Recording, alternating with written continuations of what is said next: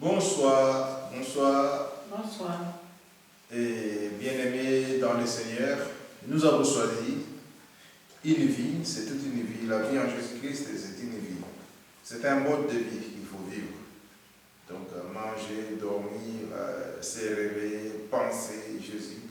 Et nous sommes toujours là le jeudi. Nous pensons, même si le jeudi s'est pas passé, mais nous allons penser pour le jeudi prochain. Qu'est-ce que nous allons parler?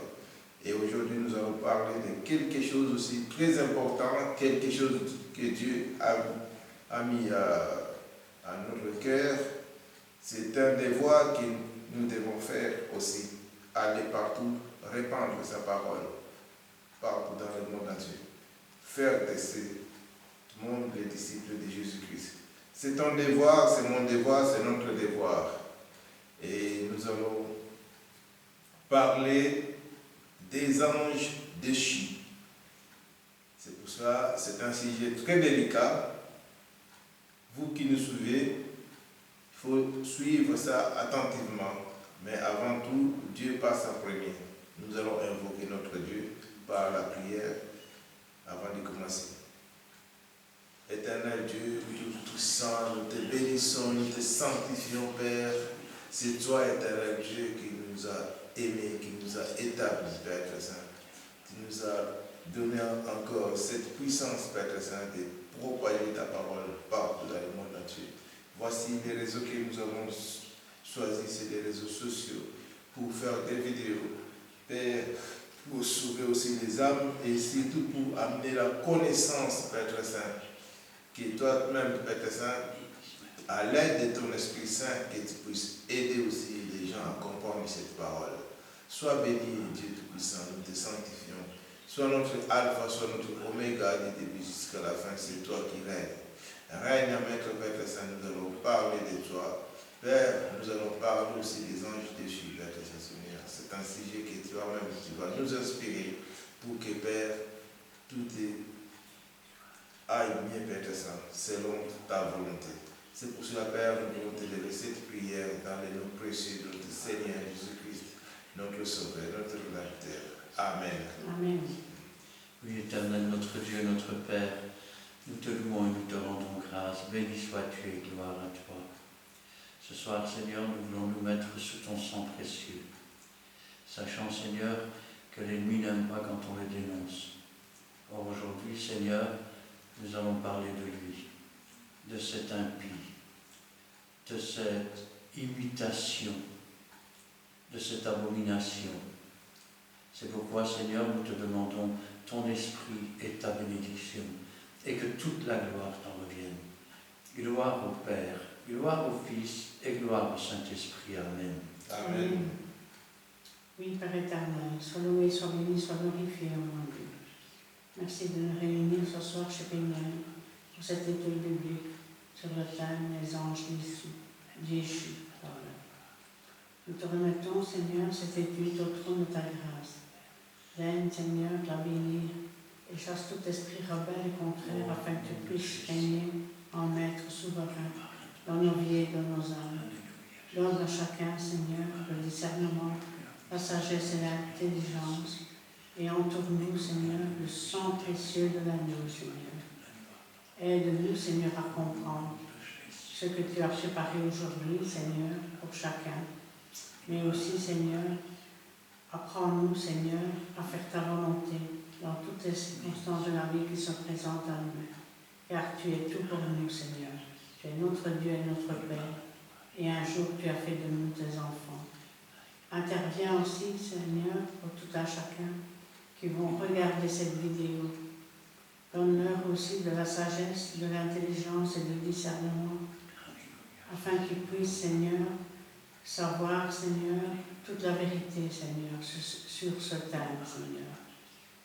Et aide-les, Seigneur, à venir vers toi, Seigneur, afin qu'ils puissent, Seigneur, t'accepter comme sauveur et maître, mon Dieu. Gloire, honneur, puissance soit rendue dans le beau nom de Jésus. Amen. Amen. Voilà, bien-aimés dans le Seigneur, vous aussi qui avez choisi même voie que nous, étudiez les Écritures afin que Jésus-Christ puisse nous affranchir, dire la vérité de la part de Dieu. Le Saint-Esprit nous inspire toujours. Alors aujourd'hui, c'est un jour pour toi, c'est un jour pour moi aussi. C'est notre jour de connaître les anges dessus. C'est pour cela que nous voulons laisser la place à notre pasteur Christian Delso de nous parler des anges dessus. Amen. Avant de commencer, parce que la question qui sans doute revient très souvent, comment chasser les démons? Alors, je vous le dis tout de suite, d'abord, il faut être droit dans ses bottes, parce que le diable est l'accusateur des frères. Ensuite, c'est une question de foi. Marc 16, voici des miracles qui accompagneront ceux qui ont cru en mon nom. Et enfin, il faut savoir ceci, c'est que si vous êtes émotif, ne cherchez pas à vous mesurer à ce genre d'esprit. Parce qu'il faut pouvoir, je vais dire, haïr d'une haine parfaite, c'est-à-dire devenir comme un caillou, insensible à toute chose. Et enfin, ne demandez jamais à un esprit comment il s'appelle, parce qu'il est menteur dès le départ. Pour vous donner un exemple, je me souviens de cette femme, j'étais avec un frère et cette femme, ce frère lui dit « Comment tu t'appelles ?» Et il répond « Zébeleux ». Je lui dis « Arrête ».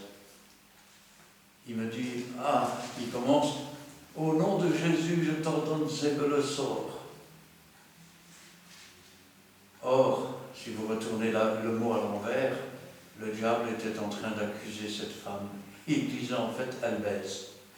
Parce que le diable n'a aucune retenue, je vais dire, ni aucune politesse. Il hait les hommes parce qu'ils sont faits à l'image de Dieu.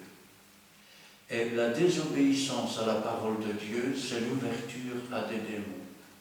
Prenons un simple exemple. Israël n'a pas voulu rentrer dans le pays promis. Ils ont dit il y a des géants, et Dieu s'est fâché. Dieu a dit toute cette génération mourra, à l'exception de Josué et Caleb, parce que Josué et Caleb voulaient entrer dans le pays promis. Or, dans les lieux célestes, il y a aussi des géants. Dehors, les lâches, les incrédules. Alors, quand on parle de cette aventure de 40 ans dans le désert, où toute cette génération est morte, la Bible nous dit c'est la tente de Moloch, de Réphaïm qu'ils ont portée. C'est-à-dire, Moloch, c'était une posture ou une adoration de posture, mais derrière se cachait un démon. Et ce démon avait la particularité de vouloir des enfants en sacrifice. On poignardait les enfants, on arrachait leur cœur. Et les géants, c'était aussi quelque part une image des géants qui se trouvent dans les lieux célestes. Car nous n'avons pas à combattre contre la chair et le sang, mais contre la domination et contre les esprits célestes dans les lieux célestes. Mais il faut savoir aussi que le combat se trouve aussi sur la terre. Parce qu'il y a une partie des esprits qui sont dans les lieux célestes, c'est là que Satan accuse les frères. Il y a une partie qui ont quitté leur demeure première et qui sont devenus des esprits errants sur la terre. Ce sont ceux qui provoquent les possessions. Puis vous avez les esprits méchants qui ont été jetés dans l'abîme. Il faut expliquer que dans l'Ancienne Alliance, l'abîme était séparé en deux parties.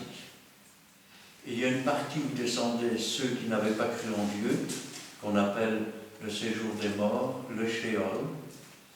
Et dans cet endroit, c'était de la souffrance. Nous verrons d'ailleurs à la fin de l'étude que ces souffrances étaient bien plus terribles que nous ne le pensons. Et puis il y avait le sein d'Abraham, jusqu'au jour où Jésus, étant rendu mort quant à la chair, vivant quant à l'esprit, a emmené les captifs sur les hauteurs. Alors, nous allons commencer déjà par parler des démons, mais de leur sort final. Un sort qui est lié aux êtres humains. Pourquoi Dieu va-t-il punir les êtres humains au même titre que les démons?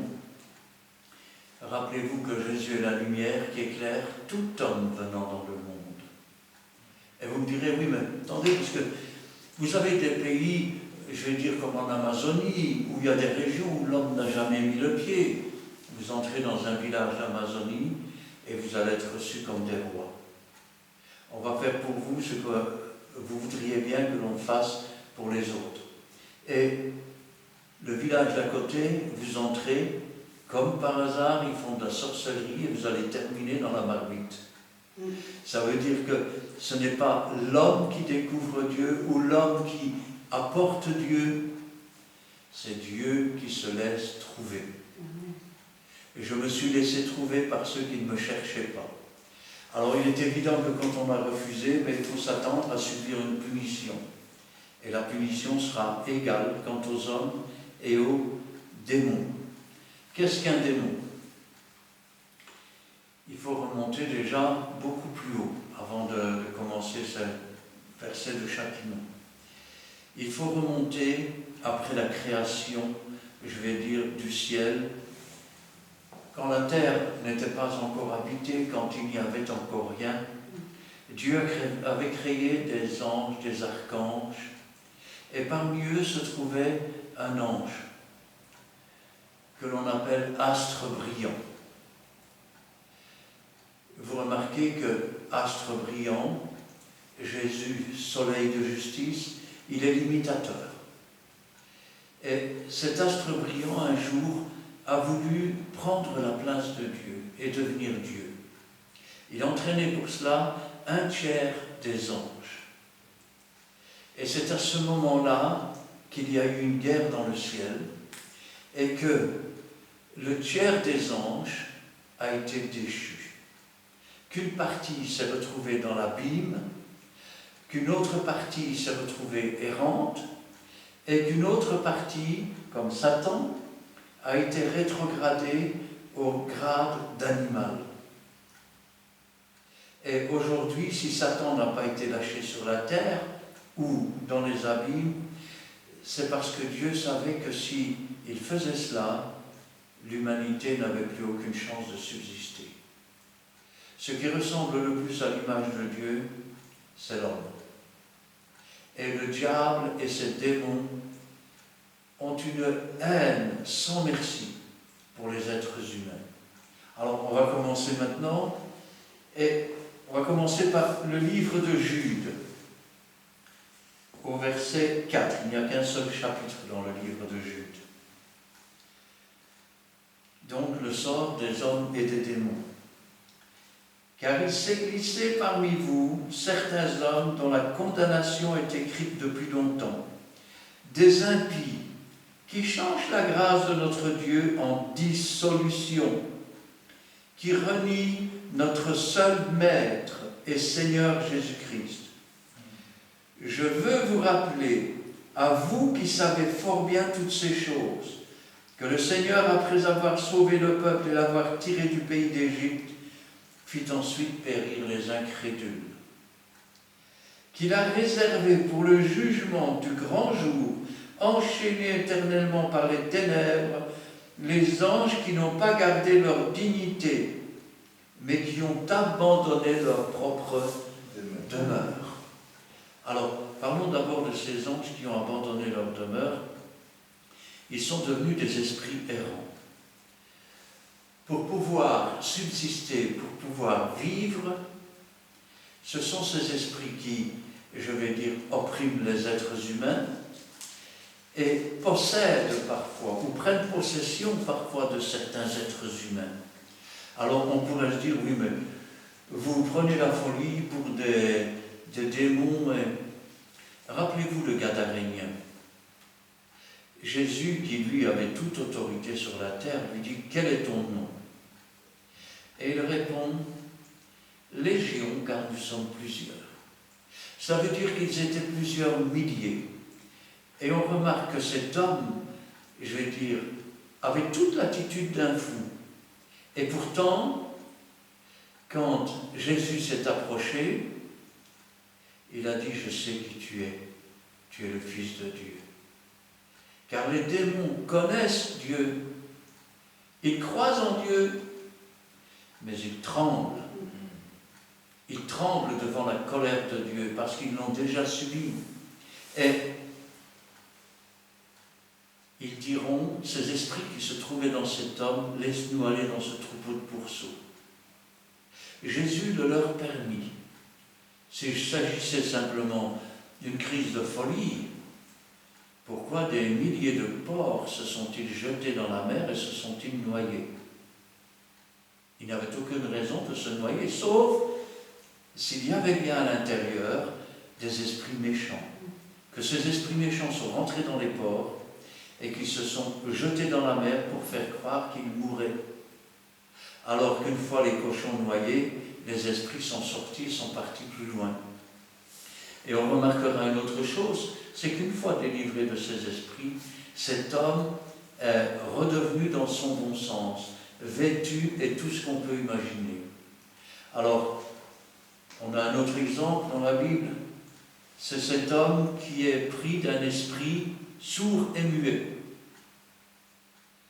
On pourrait penser que c'est de la maladie, mais Jésus lui dit, « Esprit sourd et muet, sors de cet homme !» Et l'esprit est sorti. Et cet homme a parlé et a entendu. Parce que l'une, je vais dire, des possibilités de ce genre d'esprit, c'est d'amener avec lui sa propre maladie.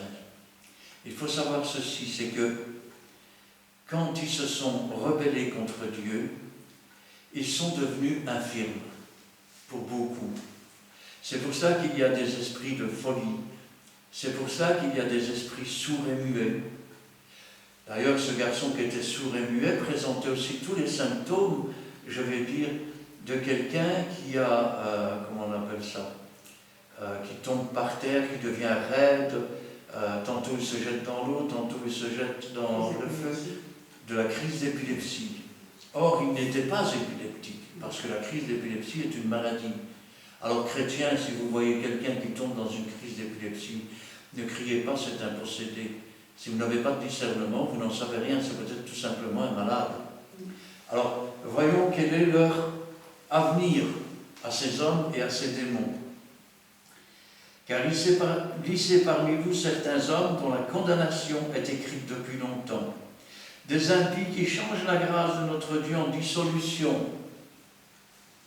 Nous parlons ici de gens qui se sont détournés de Dieu, qui sont devenus des adultères, qui sont devenus des menteurs, qui ont ouvert la porte à Satan et qui se sont détournés comme Judas qui a vendu Jésus. Et regardez ce qui est dit. Et qui renie notre seul Maître et Seigneur Jésus-Christ.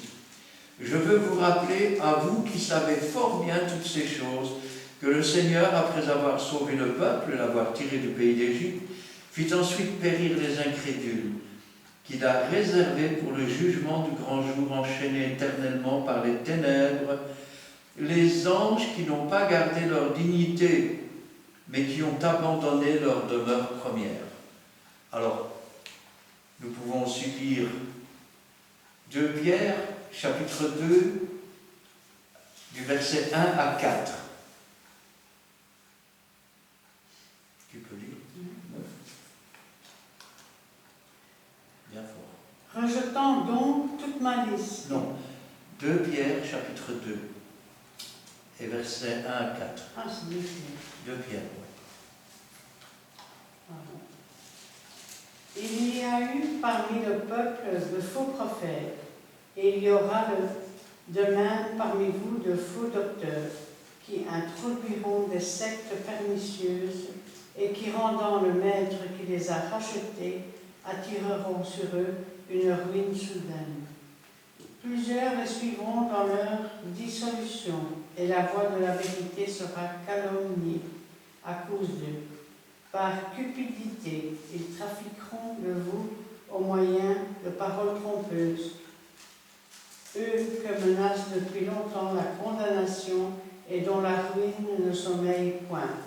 Car si Dieu n'a pas épargné les anges qui ont péché, même s'il les a précipités dans les abîmes de ténèbres et les réserve pour le jugement. Voilà la seconde catégorie. Ils ont été jetés, donc nous avons parlé au départ des démons qui ont quitté leur demeure première, qui sont devenus des esprits errants. Alors, où peut-on rencontrer le plus de démons aujourd'hui? Eh bien, parmi les dirigeants des nations, aussi je vais dire, aussi surprenant que ça peut paraître. La plupart d'entre eux, je vais dire, font appel à des voyantes, des gens qui invoquent les esprits méchants en faveur des morts. Ils prétendent invoquer les morts. Alors, je vais vous dire une chose, quand on est mort, un mort ne sait rien. Mais alors, qu'est-ce qu'un fantôme? C'est un esprit méchant qui essaye de faire passer pour quelqu'un qui est mort et que vous connaissez. Qu'est-ce que celui qui invoque les morts en faveur des vivants? C'est quelqu'un qui prétend parler avec les morts. Or, il ne parle pas avec les morts, mais il parle avec les esprits méchants, avec les démons, qui viennent lui dire ce qu'ils vont faire dans votre vie. Il y a le cas de Saül, qui après avoir fait chasser tous ceux qui invoquaient les morts en faveur des vivants, eh bien, est allée voir une voyante. Elle avait demandé de faire remonter Samuel le prophète. Jusqu'à présent, elle invoquait toujours, je vais dire, les esprits méchants. Mais ce jour-là, Dieu a dérangé Samuel. Il l'a fait remonter. Et cette femme qui pourtant parlait tous les jours, soi-disant, avec les morts, elle a commencé à être dans une frayeur épouvantable. Tu m'as demandé de faire remonter un mort, et c'est un Dieu qui apparaît. Elle n'a jamais vu un véritable mort. Elle ne savait pas ce que c'était. Ce sont des ouvriers dont Satan se sert, et dont les démons se servent. Et quand ils ont fini de s'en servir, ils les jettent comme une vieille savate. Alors, l'autre partie a été jetée dans les abîmes, dans les ténèbres. Et cela, nous pouvons le lire dans la création. Alors que la terre n'existait pas encore et que cette rébellion a eu lieu, une partie de ces anges a été projetée dans les abîmes. Alors, à quoi ressemble un esprit méchant? C'est une bonne question, ça. Ah oui. Alors, je peux vous dire ce que moi j'ai vu. Alors, un esprit méchant, c'est une masse noire, très noire et compacte. À un point tel que si maintenant on éteignait toutes les lumières et que vous ne puissiez même pas voir votre doigt à 10 cm, eh bien cette masse noire qui passerait à 2 mètres ou 3 mètres de vous, vous la verriez passer. Et je vais dire, l'Égypte en a fait l'expérience. Lorsque Moïse a étendu sa main et que les ténèbres sont tombées sur l'Égypte, c'était au point qu'on pouvait toucher les ténèbres, tellement ils étaient compacts. Et ces ténèbres, eh bien, c'était la vision de tous les esprits méchants qui régnaient en Égypte, derrière tout ce qui se passait contre le peuple d'Israël. Alors, voyons un peu ce que nous dit au commencement, ben, tu peux le lire, hein, versets 1 et 2. Au commencement, Dieu créa le ciel et la terre. La terre était informe et vide, et il y avait des ténèbres à la surface de l'abîme, et l'Esprit de Dieu s'est mouvé au-dessus des eaux. Il y avait des ténèbres à la surface de l'abîme. Ces ténèbres, en fait, étaient tout un groupe, je vais dire, d'esprits méchants qui avaient été jetés dans les abîmes. Ce sont ces mêmes esprits méchants qui, aujourd'hui, tourmentent tous ceux qui sont morts sans avoir accepté Jésus. Et leur tourment va durer jusqu'à la fin des temps, parce qu'il n'y a aucune possibilité pour ceux qui sont dans le Sheol de monter au paradis. C'était déjà pas possible du temps où il y avait le sein d'Abraham. Nous avons cette belle histoire avec le riche et le pauvre. Quand, comment je vais dire, le riche a demandé « Envoie Lazare pour qu'il trempe son doigt parce que je suis tourmenté par une flamme cruelle. » Et Abraham lui répond « Il y a un tel abîme entre vous et nous qu'il nous est impossible d'aller chez vous et vous de venir chez nous. Combien l'abîme s'est agrandi, puisque maintenant on va directement dans le ciel. » Ça veut dire que ceux qui sont dans le paradis, eh bien, n'iront jamais dans le séjour des morts. Et ceux qui sont descendus dans le séjour des morts n'iront jamais au paradis. Mais ma religion a dit qu'il y avait un purgatoire. Mais si réellement tu pouvais vivre comme si Dieu n'existe pas, aller ensuite dans un purgatoire où tu payerais pour toi entrer dans ton paradis après, ça voudrait dire, et je m'excuse l'expression, ça voudrait dire que Dieu est stupide et qu'il ne sait pas ce qu'il fait. Parce qu'alors tout le monde pourra aller au purgatoire et tout le monde sera beau, tout le monde ira au paradis. Pourquoi Jésus-Christ est-il mort sur la croix? Parce qu'il fallait vaincre le séjour des morts. Amen. Et il a pris la clé du séjour des morts. Wow. La mort ne peut plus emporter ceux qui appartiennent à Jésus. De même, la mort se prend aussi pour un Dieu, le Dieu des Hadès, mais c'est un chef des démons.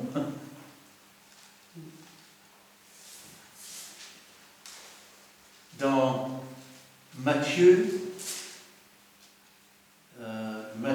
chapitre 25 et le verset 41. Nous continuons, je vais dire quelque part, avec la punition. Verset 41 de Matthieu chapitre 25. Tu veux lire? Oui. Ensuite, il dira à ceux qui sont à sa gauche, retirez-vous de moi, maudits, allez dans le feu éternel qui a été préparé pour le diable et pour ses anges. Ainsi, la finalité de celui qu'on appelle astre brillant, rappelez-vous dans le livre de l'Apocalypse, une étoile tomba sur la terre et le tiers des étoiles tombèrent sur la terre. On parle en fait de astre brillant. On parle de celui qui se fait appeler Lucifer, c'est-à-dire lumière, parce qu'il se prend pour un ange de lumière. On parle de celui qui était le serpent ancien, qui est devenu le dragon des derniers temps, et qui avec sa queue entraîne le tiers des étoiles, c'est marqué dans le livre de l'Apocalypse. Et sa fin sera dans les temps ardents de feu qui ne s'éteint jamais. Avec tous ceux qui n'ont pas voulu de Dieu ou qui se sont détournés de Dieu. Les pharisiens s'étaient détournés de Dieu. Et ils sont allés jusqu'à insulter Jésus. Ils disaient, il a un démon. Ils disaient, c'est par les démons qu'il chasse les démons. Jésus leur dira même, mais si moi je chasse les démons par les démons, vos fils par qui les chassent-ils? Ici nous pouvons lire dans Marc, chapitre 3, et le verset 22. Et les scribes qui étaient descendus de Jérusalem dirent, il est possédé de Belzébul. C'est par les princes des démons qu'il chasse les démons. Ah voilà.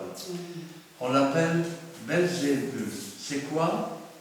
C'est le maître de la maison où habitent les démons. Voilà comment ils appelaient Jésus. Parce que les autorités, les grands, je vais dire dans la hiérarchie des esprits méchants, portent des noms. Nous en avons toute une série, par exemple, dans le livre d'Enoch. Bien que le livre d'Enoch ne soit pas, je vais dire, reconnu par toutes les congrégations chrétiennes. Et pourtant, il nous est dit dans la Bible qu'Enoch a bien prophétisé, donc le livre d'Enoch existait bien, et Enoch a bien existé, et il était bien prophète. Mais vu que certaines congrégations ne le reconnaissent pas, nous n'allons donc parler que du nom de ces, je vais dire, ces princes de ténèbres, puisqu'il faut les appeler comme ça. Alors, nous avons déjà ici Belzébul, qui signifie maître de la maison où habitent les démons. Puis, je tourne les pages de ma Bible et je m'en vais dans le livre du Lévitique, chapitre 16 et le verset 7. Tu peux le lire? Il prendra les 2 boucs et il les placera devant l'Éternel à l'entrée de la tente d'assignation. Et le 8. Et le 8. Aaron jettera le sort sur les 2 boucs, un sort pour l'Éternel et un sort pour Azazel. Amen. Alors, il y en aura un des 2 boucs qui va être offert, je vais dire, à l'Éternel. Et l'autre bouc, il va lui imposer les mains, charger le bouc de tous les péchés du peuple, et il va l'envoyer dans le désert. Parce que, je vais dire, comment il s'appelle, Azazel, eh bien, c'est le démon du désert. Et son nom signifie Dieu a rendu fort. Ce qui veut dire qu'à l'époque où il n'était pas un ange déchu, c'est un ange qui avait reçu une très grande force. Il a été jeté dans les déserts. Et il erre dans les déserts. Et du temps de l'Ancien Testament, quand le bouc était envoyé dans le désert, c'était une façon de dire à Azazel, à cause de toi, une partie de mon peuple a péché. Eh bien, voilà que je charge les péchés sur cet animal et je te le renvoie. Retour à l'envoyeur. Et je ne comprends pas bien cette phrase, je ne comprends pas ce que vous voulez dire. Les sorcières comprennent très bien ce que je dis. Quand vous avez une voyante qui consulte un esprit méchant pour faire du mal à un enfant de Dieu, alors j'ai une mauvaise nouvelle pour elle, parce que l'enchantement ne peut rien contre Jacob, ni la divination contre Israël. C'est un peuple qui se dresse, qui ne se couche pas tant qu'il n'a pas mangé la chair des victimes, tant qu'il n'a pas bu le sang. Et Dieu ne voit pas point d'iniquité dans son peuple. Ça veut dire que l'Esprit vient, il est incapable de faire quoi que ce soit. Il est obligé de faire demi-tour et de retourner d'où il vient. C'est l'histoire, je vais dire, de ces 2 animaux. L'un était pour le pardon auprès de l'Éternel, et l'autre était pour renvoyer les péchés d'où ils venaient. Après cela, nous avons un autre démon. Chapitre 25, on peut lire là le verset 1 à 5. Dans l'ombre. Nombre 25, chapitre 1 à 5, et le verset 16, 17 et 18. Oui, ça va. Israël demeurait à Sittim, et le peuple commença à se livrer à la débauche avec les filles de Moab. Elles invitèrent le peuple au sacrifice de leur Dieu. Et le peuple mangea et se prosterna devant leur Dieu. Israël s'attacha à Baal-Péor, et la colère de l'Éternel s'enflamma contre Israël. L'Éternel dit à Moïse, « Assemble tous les chefs du peuple, et fais prendre les coupables devant l'Éternel en face du soleil, afin que la colère ardente de l'Éternel se détourne d'Israël. » 5. Verset 5. Moïse dit aux juges d'Israël que chacun de vous tue ceux de ces gens qui se sont attachés à Baal-Péor. Versets 17 et 18. 17 et 18. L'Éternel parla à Moïse et dit, traite les Madianites en ennemis et tuez-les, car ils se sont montrés vos ennemis en vous séduisant par leur ruse, dans l'affaire de Pior et dans l'affaire de Gosbi, fille d'un chef de Madian, leur sœur tuée le jour de la plaie qui eut lieu à l'occasion de Pior. Alors, Baal-Péor, qui est aussi appelé Belphégor, eh bien, son nom en lui-même, il signifie affreux, dégoûtant, répugnant. Et c'est un démon, je vais dire, dont la particularité est de permettre de faire des découvertes. Il a bien travaillé dans ce monde. Oui, il a bien travaillé dans ce monde. Regardez toutes les découvertes qui ont été faites, entre la bombe atomique, entre les instruments pour détruire la Terre. Quand nous arrivons aujourd'hui à un stade, ça tombe justement bien, vous voyez, parce qu'aujourd'hui est la date à laquelle nous avons mangé toutes les ressources que peut produire la Terre en un an. En 1970, c'était le 30 décembre. Aujourd'hui, on est combien 29 juillet. Eh bien, nous allons vivre le reste de l'année à crédit. Ça veut dire que nous allons consommer encore plus et que l'année prochaine, il y aura encore moins pour la Terre et pour l'humanité. Nous allons commencer à être dans le manque de tous les produits du monde entier. Que ce soit les arbres, que ce soit l'eau, que ce soit la terre cultivable et tout ce qu'on peut imaginer. Alors oui, c'est le démon des découvertes. C'est l'idée. Comme, entre parenthèses, je parlais tout à l'heure qu'ils avaient porté la tente de Moloch et que c'était un dieu qui, qui voulait qu'on offre des enfants en sacrifice. Pensez-y, mesdames, avant de vouloir avorter. Parce que déjà, vous êtes peut-être maître de votre corps, mais pas de celui qui est dans votre ventre. Et en faisant cela, vous offrez vos enfants à Moloch, car c'est le Dieu qui veut que les enfants meurent et que les femmes souffrent toute leur vie. Et vous souffrirez toute votre vie si vous faites ça. Mais je continue.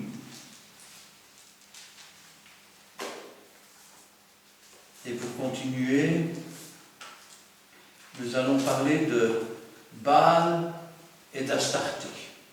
Alors pour ça, nous pouvons aller dans 1 Roi, chapitre 18.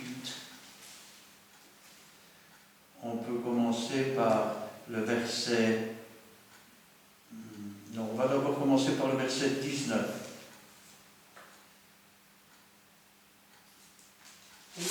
Oui. Fais maintenant rassembler tout Israël auprès de moi, à la montagne du Carmel, et aussi les 450 prophètes de Baal et les 400 prophètes d'Astarté qui mangeaient à la table de Jézabel. Alors, Jézabel, ce n'est pas seulement une femme, c'est aussi l'esprit qu'il y avait derrière. Baal et Astarté étaient représentés par deux postures. Mais en réalité, c'est pour cela aussi que les prophètes de Baal et d'Astarté étaient aussi proches. Baal était le frère d'Astarté. Mais il n'était pas seulement son frère, il était aussi son époux.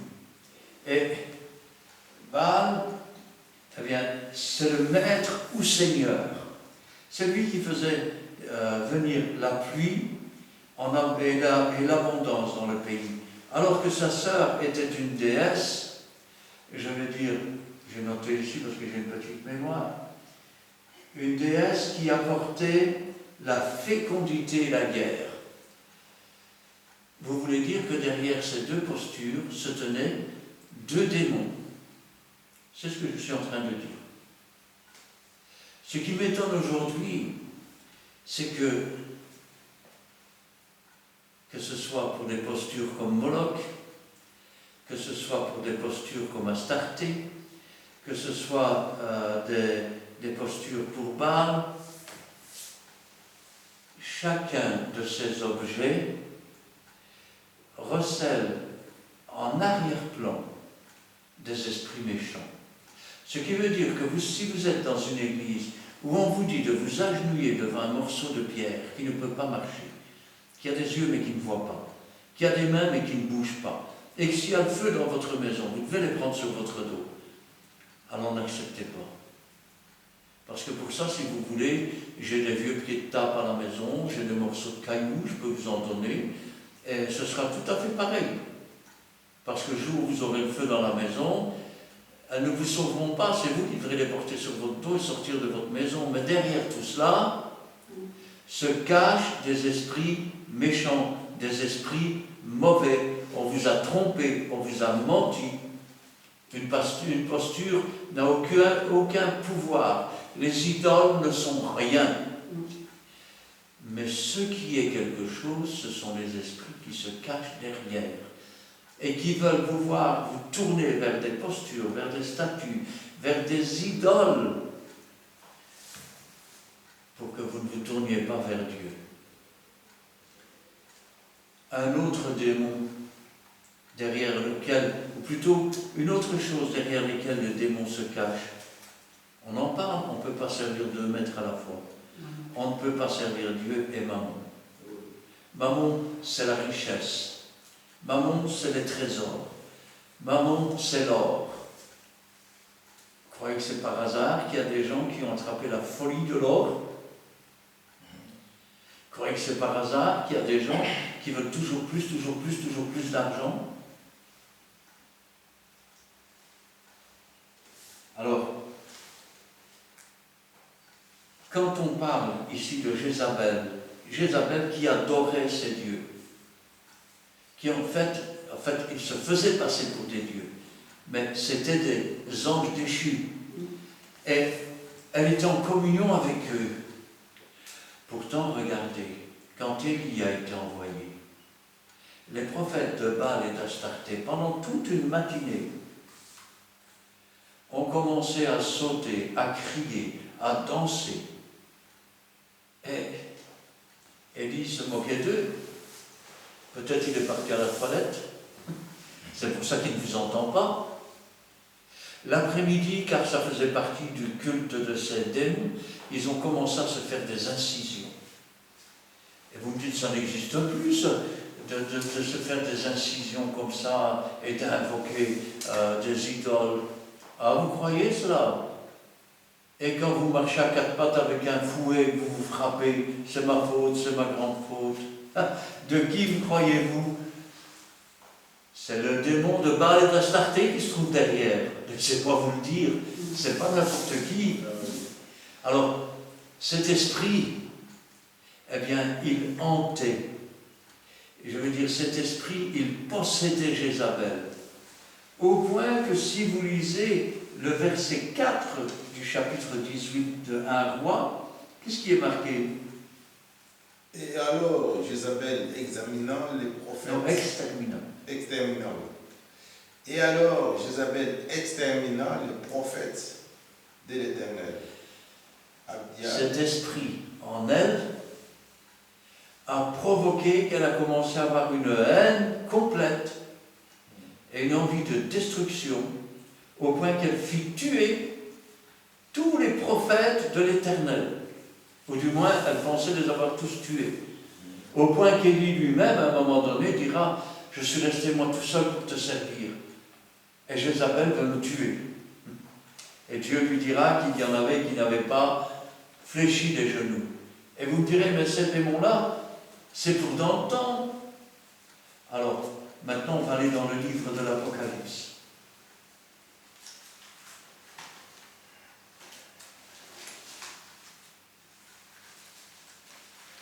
Parce que l'esprit de Jézabel, du moins l'esprit qui habitait Jézabel, existe toujours.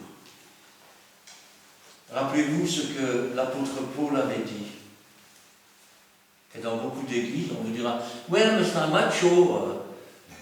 Aujourd'hui, on est moderne, il faut vivre avec son temps. » Paul avait dit Et je ne permets pas à la femme d'enseigner dans l'Église ni de prendre autorité sur l'homme. On ne peut pas se baser sur un passage, il faut se baser au moins sur 2 passages. Or, on savait que l'esprit de Jézabel, c'était prendre autorité sur les prophètes de Dieu, les tuer et placer des prophètes d'un esprit méchant. Apocalypse chapitre 2 et le verset 20. Qu'est-ce que Jésus dit?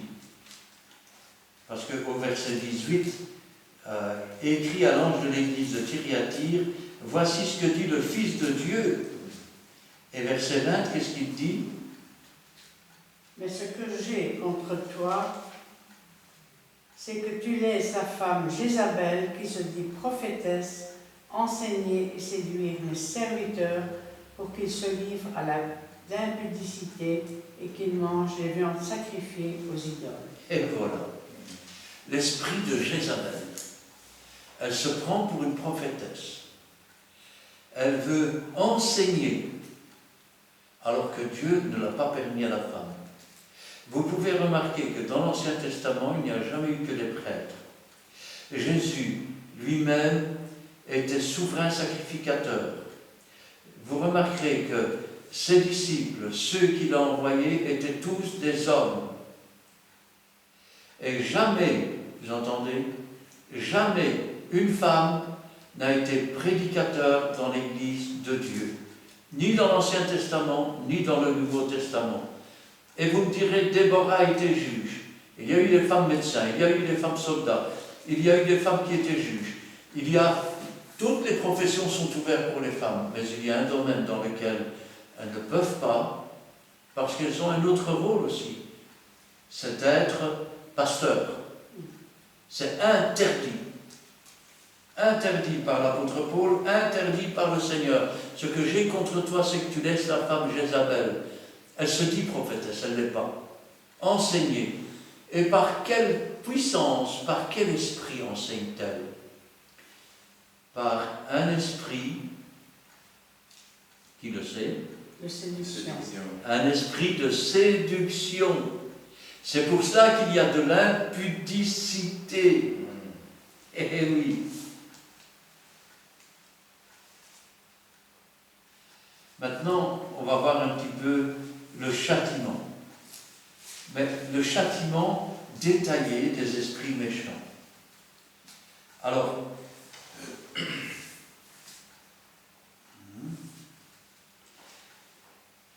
je vais d'abord détailler un petit peu la situation.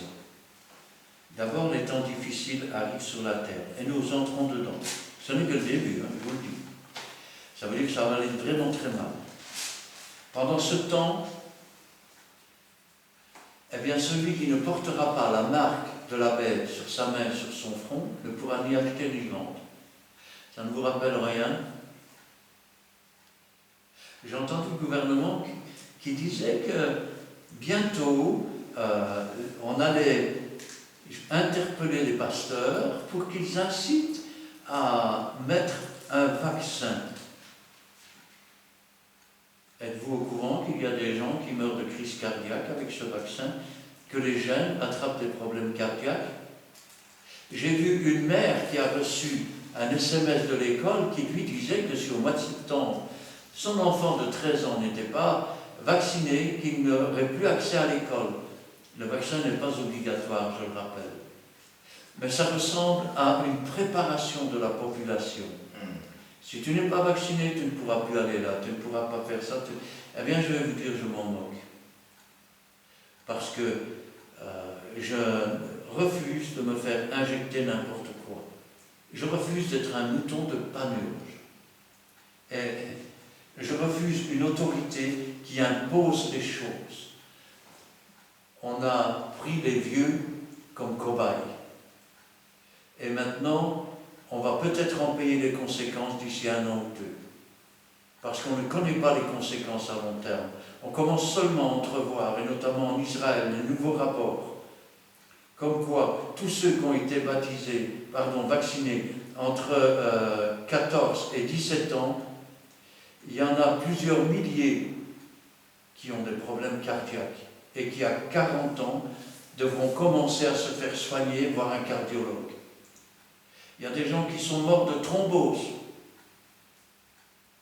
Et ce n'est que le début, on ne connaît pas les effets à long terme. On vous injecte un produit, je vais dire, qui active certaines cellules du cœur et qui l'affaiblissent, et qui affaiblissent vos poumons parce qu'ils sont liés ensemble. Eh bien, la marque de la bête, ce sera pareil aussi. Ce ne sera peut-être pas obligatoire, mais si vous ne l'avez pas, vous ne pourrez pas acheter, vous ne pourrez pas vendre, vous ne pourrez pas faire ci, vous ne pourrez pas faire là. Et une fois, je vais dire que les gens seront marqués de la marque de la bête, seuls les vrais chrétiens n'accepteront pas. Paraîtra l'Antéchrist. Et quand l'Antéchrist va paraître, c'est là que vont venir les pluies de l'arrière-saison. C'est là que les deux témoins revêtus du Saint-Esprit vont prêcher pendant 42 mois. Ensuite, ils vont être mis à mort. Et à partir de là, c'est l'enlèvement de l'Église. Une voix dit « montez ici ». Et les morts en Christ ressuscitent premièrement. Et ceux qui sont restés vivants pour la gloire de Dieu et pour son avènement seront transformés en un instant.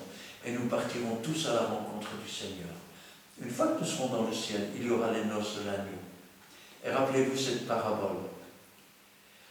Le maître entra dans la maison et il vit quelqu'un qui n'avait pas revêtu un habit de noces. Il lui dit « Comment es-tu entré ici ?» Et le diable, qui est l'accusateur des frères jour et nuit depuis des siècles, il eut la bouche fermée. Il dit alors à ses serviteurs, liez-lui les mains et les pieds, jetez-le dehors. Et c'est ce que nous allons lire ici dans le livre de l'Apocalypse, chapitre 12 et le verset 7 à 9. Il y eut dans le ciel Michel et ses anges. Combattirent contre... Un peu plus haut. Et il y eut guerre dans le ciel. Il y eut guerre dans le ciel. Michel et ses anges combattirent contre le dragon. Et le dragon et ses anges combattirent, mais ils ne furent pas les plus forts. Et leur place ne fut plus trouvée dans le ciel. Et il fut précipité le grand dragon, le serpent ancien, appelé le diable, et Satan, celui qui séduit toute la terre, et il fut précipité sur la terre, et ses anges furent précipités avec lui. Amen. Alors, il est éjecté des lieux célestes. Il est jeté sur la terre. Il sait qu'il en a pour peu de temps. Et il va se déchaîner. Parce qu'au moment où l'Église est enlevée, juste avant les noces de l'agneau, Israël se rend compte qu'il a été trompé par celui qui se faisait passer pour le Christ. Et Israël se sauve dans le désert, vers un lieu que l'Éternel a préparé pour Israël, pour un temps des temps et la moitié d'un temps. C'est aussi cette vision de cette femme qui est enceinte. Elle est sous la lune. La lune, c'est l'image de l'épouse de Christ. Dans la vision de Joseph, le père était le soleil, la mère était la lune et les frères étaient les 11 étoiles. Ainsi, elle enfanta un fils et le diable voulut s'en emparer. Mais l'enfant fut enlevé au ciel. C'est Jésus-Christ qui s'est assis à la droite de Dieu. Et la femme s'enfuit dans le désert. Et une fois que la femme est enfuie dans le désert, pendant ce temps, au lieu des noces de l'agneau, le diable est jeté sur la terre. Et vous croyez que ça va être simple pour l'humanité, mais c'est pire que tout ce que vous n'avez pensé et imaginé. Et je vais vous dire pourquoi. C'est aussi ce qui est marqué dans le livre de l'Apocalypse. Alors le dragon tomba du ciel, il entraîna avec sa queue le tiers des étoiles. Alors, une étoile tomba du ciel. Elle entraîna le tiers des étoiles avec elle. On parle du diable, on parle du serpent ancien, on parle du dragon des derniers temps. Et je vais vous dire autre chose. Il va lui être donné la clé de l'abîme. Je n'ai jamais lu ça. Eh bien, on va le voir.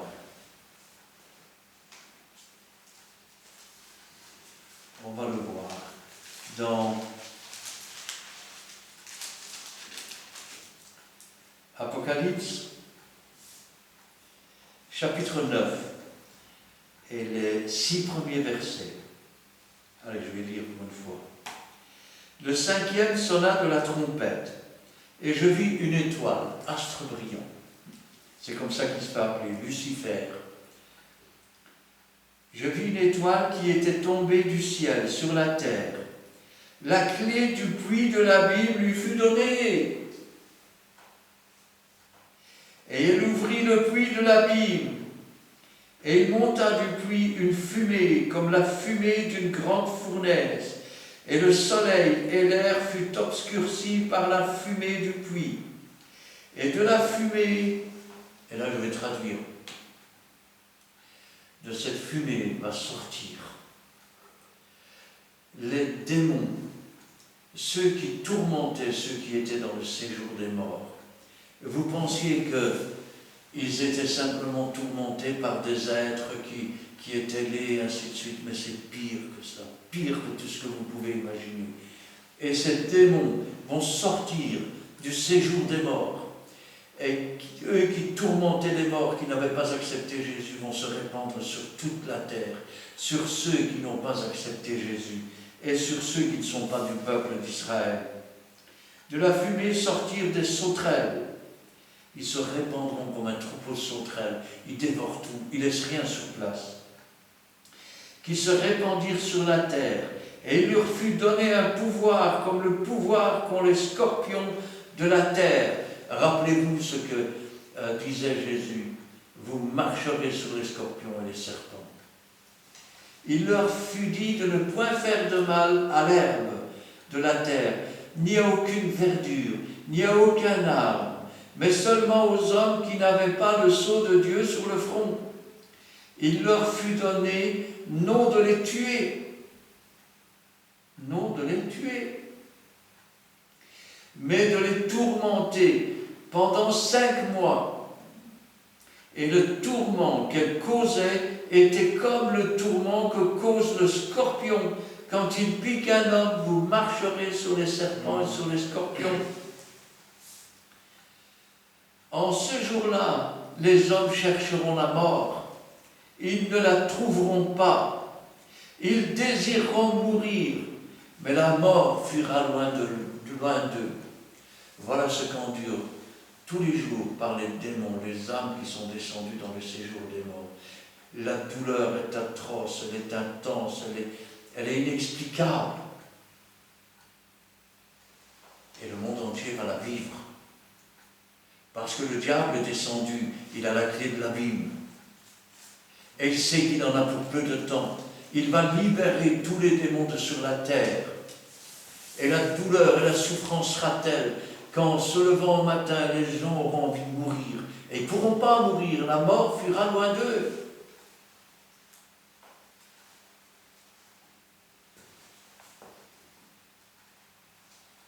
Ensuite, nous sommes au verset 20 de l'Apocalypse, chapitre 20, verset 1.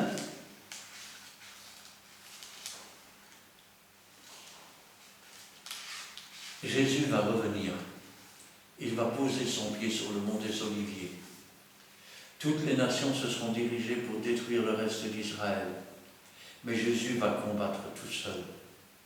Il y aura un carnage, comme il n'y en a jamais eu, dans la vallée de Josaphat, traduit en français la vallée du jugement.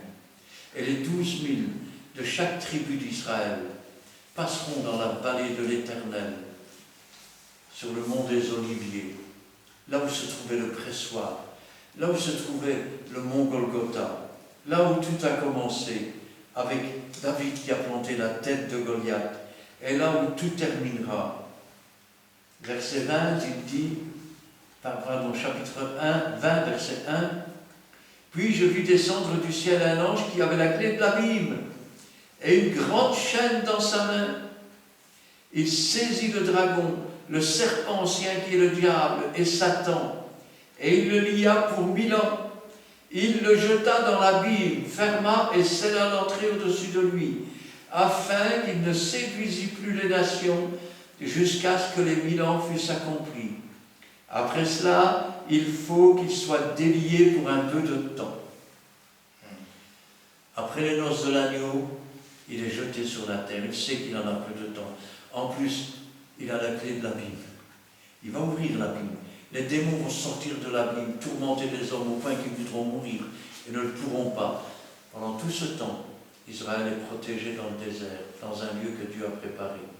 Le peuple de Dieu est dans la salle des noces avec Jésus-Christ. Nous sommes dans la maison de Dieu parce que nous avons reçu la rédemption de notre corps et la rédemption de notre âme. Mais quand l'ange descend avec sa chaîne, qu'il lie Satan, qu'il le jette dans l'abîme avec le tiers de ses étoiles et avec tous ces démons qu'il a fait sortir, Jésus-Christ descend du ciel. Et comme nous sommes montés à sa rencontre pour être toujours avec lui, nous sommes avec Jésus-Christ. Et nous venons avec Jésus-Christ pour régner avec Jésus-Christ sur la terre pendant 1000 ans. Après les 1000 ans, le diable est à nouveau relâché. Et le diable a toujours haï Dieu, il a toujours haï les hommes. Alors qu'est-ce qu'il va faire? Il va à nouveau, par ses démons et la séduction, soulever les nations de Gog et de Magog. Et elles vont investir le camp des saints. Pendant un instant, il pensera qu'il a remporté la victoire, que cette fois, il va prendre le camp des saints. Mais c'est alors que Dieu lui-même va descendre sur son trône. Wow. C'est alors que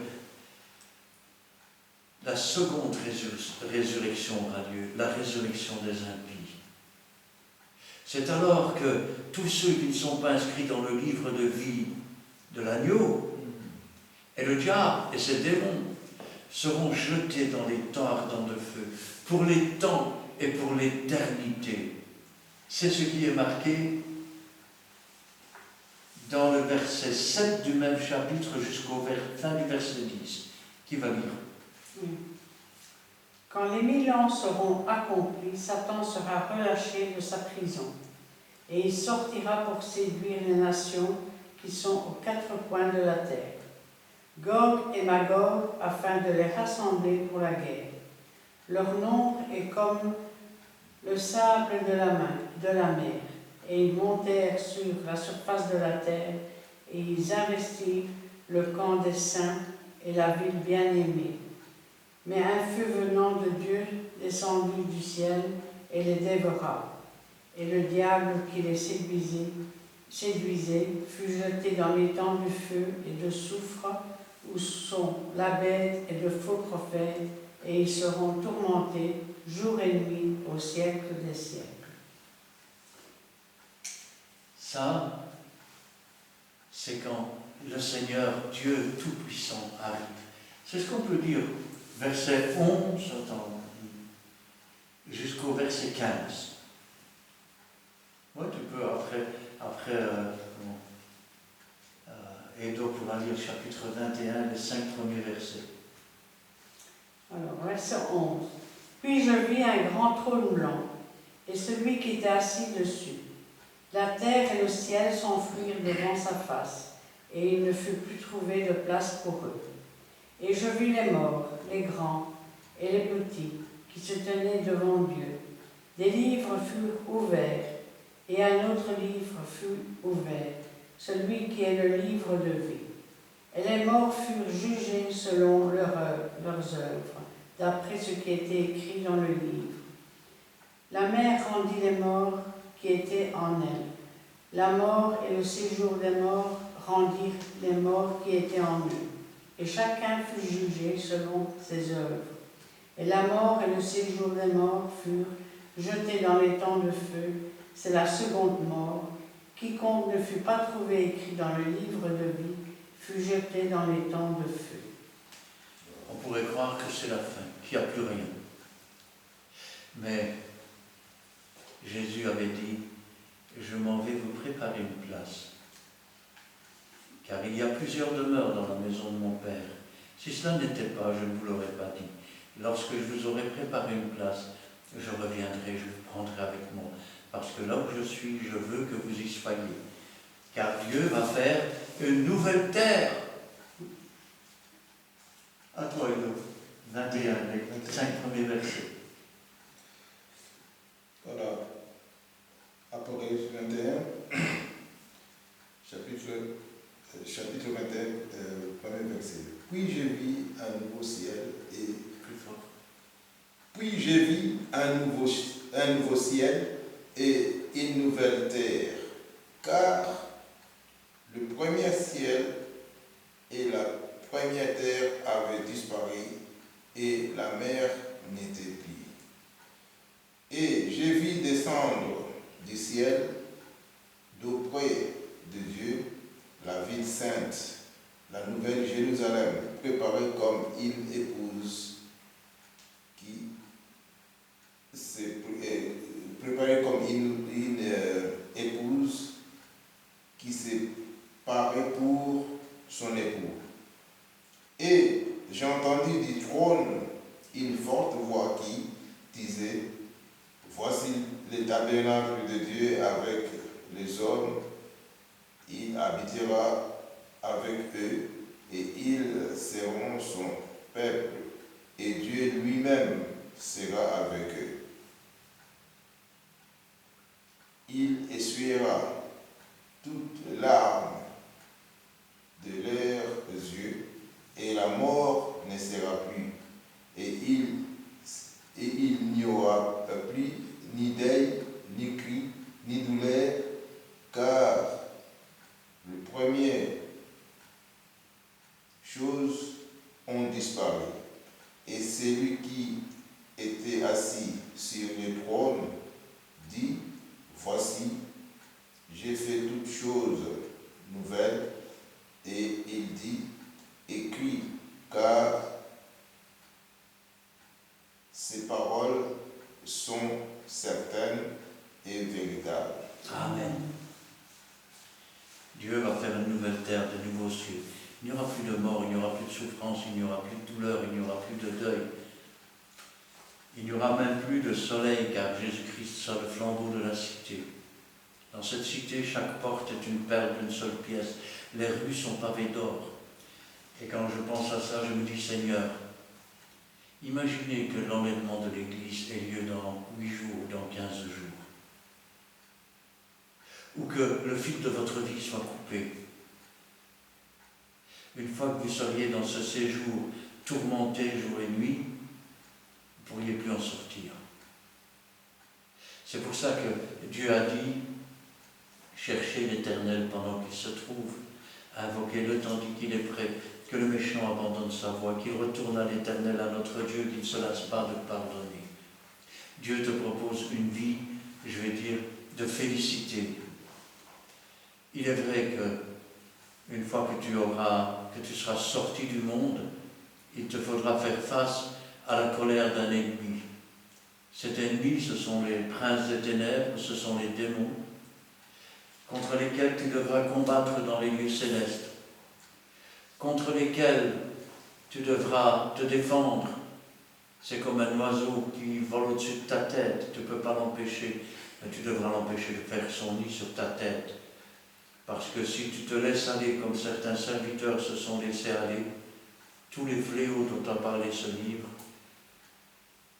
tu les subiras. Mais si tu es resté ferme dans la foi, toutes ces promesses, elles sont aussi pour toi. Amen. Amen. Amen. Voici, mes bien-aimés, les anges déchus. C'est-à-dire, vous avez à long et à large, vraiment il faut choisir un camp, parce qu'il est descendu avec ses acolytes, avec ses disciples, en quelque sorte. Il n'est pas seul, ce sont des esprits qui tourmentent votre vie. Et des fois tu regrettes: pourquoi moi, mais sache-le bien, si tu n'es pas vraiment en ordre avec ton Dieu, tu vas être tourmenté parce que tu laisses accès aux autres pour tourmenter ta vie. C'est pour cela, il faut s'attacher à Dieu. Approche-toi de Dieu et il s'approchera de toi.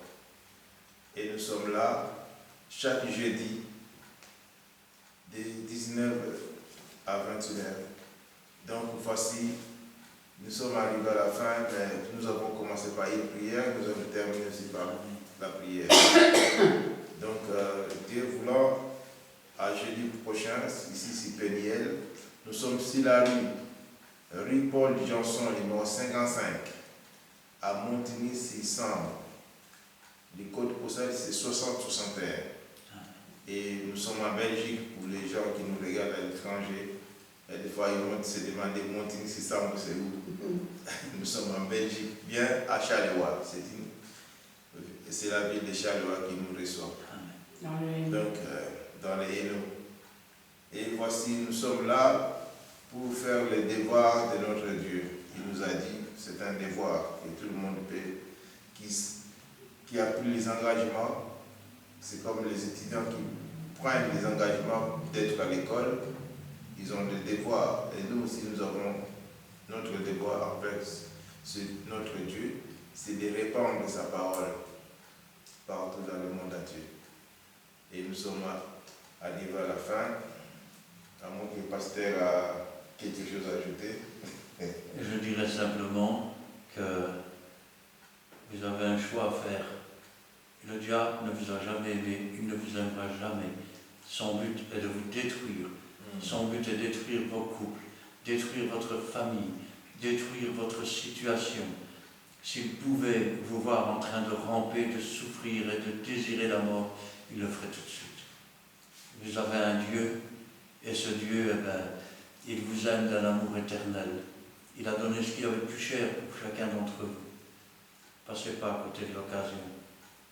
Parce que si vous passez à côté de l'occasion, ce sera la souffrance pour le reste de l'éternité. Amen. Amen. Prions l'Éternel. Nous te bénissons, nous te sanctifions, Père Saint, pour cet éclaircissement, Père Saint, que ta parole est vraie. C'est pour ça, Père Saint, nous avons senti ta présence au milieu de nous. Nous voulons aussi, Père Saint, que tu touches le cœur, Père Saint, surtout les âmes. Sauve les âmes de ceux qui vont regarder cette vidéo.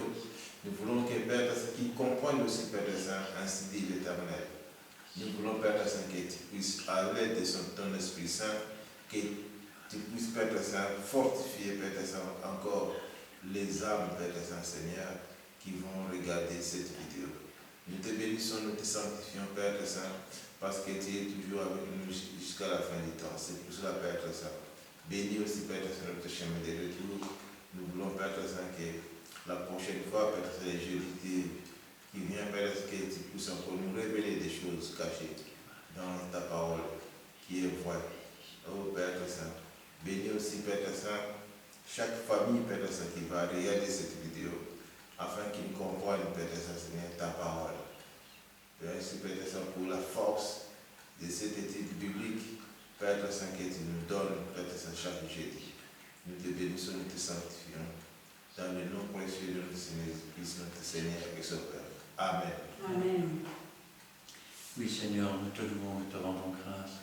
Béni sois-tu et gloire à toi, Seigneur. C'est toi, Seigneur, qui disais déjà, vous êtes purs à cause de la parole que vous venez d'entendre. C'est toi, Seigneur, qui dis que la vérité vous affranchira. C'est toi, Seigneur, qui dis, je suis le chemin, la vérité et la vie. Nul ne peut venir au Père que par moi. C'est pourquoi, Seigneur, que ta parole ne retourne pas à toi sans avoir fait ta volonté, sans avoir donné du pain à celui qui mange, sans avoir donné de la semence à celui qui sème, sans avoir, Seigneur, enrichi le cœur de ceux qui te cherchent et qui te suivent, et que toute la gloire t'en revienne. Gloire au Père, gloire au Fils et gloire au Saint-Esprit. Amen. Amen. Amen. Merci, Seigneur, pour ta présence et ton amour. Merci pour ta bonté, ta miséricorde et ta compassion.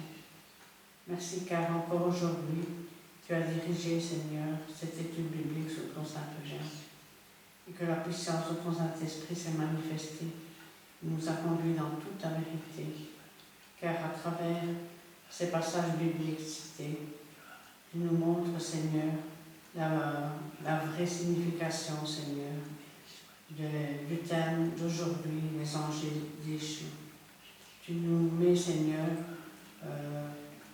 et tu nous donnes à chacun l'intelligence nécessaire afin de comprendre, Seigneur, ce qui vient de toi et ce qui ne vient pas de toi, ainsi que le discernement que tu donnes.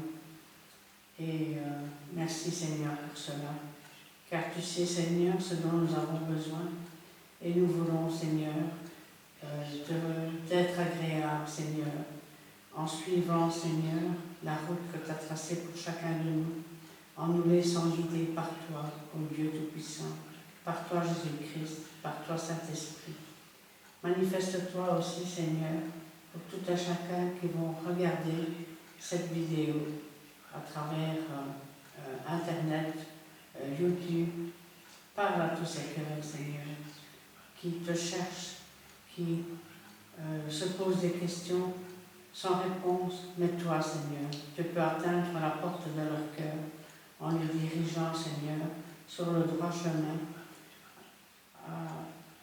avec l'aide de ton Saint-Esprit Seigneur, qui les guide Seigneur, qui les éclaire Seigneur, afin qu'ils puissent Seigneur comprendre ce thème qui est difficile, les anges déchus, et que tout un chacun puisse comprendre Seigneur ce que tu attends d'eux, afin aussi, Seigneur, qu'ils puissent chercher l'Éternel, chercher sa face, Seigneur, et qu'ils puissent, Seigneur, abandonner leurs mauvaises pensées, leurs mauvaises actions, Seigneur, et qu'ils se tournent vers l'Éternel, alors qu'il est encore temps. Car toutes les promesses de l'Éternel sont pour nous, mais aussi pour vous autres, Seigneur, qui regardez, Seigneur, probablement cette vidéo. Que l'Éternel nous bénisse et qu'il nous guide toujours sur le bon chemin. Gloire, honneur, puissance ce soit rendue dans le bon nom de Jésus. Amen. Amen. Dieu voulant, jeudi prochain, nous sommes là toujours à 19h et vous pouvez regarder en direct cette vidéo. Cette vidéo, vous pouvez la voir sur YouTube. Vous marquez Christian Delso sur YouTube et vous allez la voir directement. Ou encore sur ma page de Facebook, Edo Kisumu. Et vous aurez toujours des enseignements bibliques qui se passent en direct de l'église de Péniel à Charleroi. Et vous serez vraiment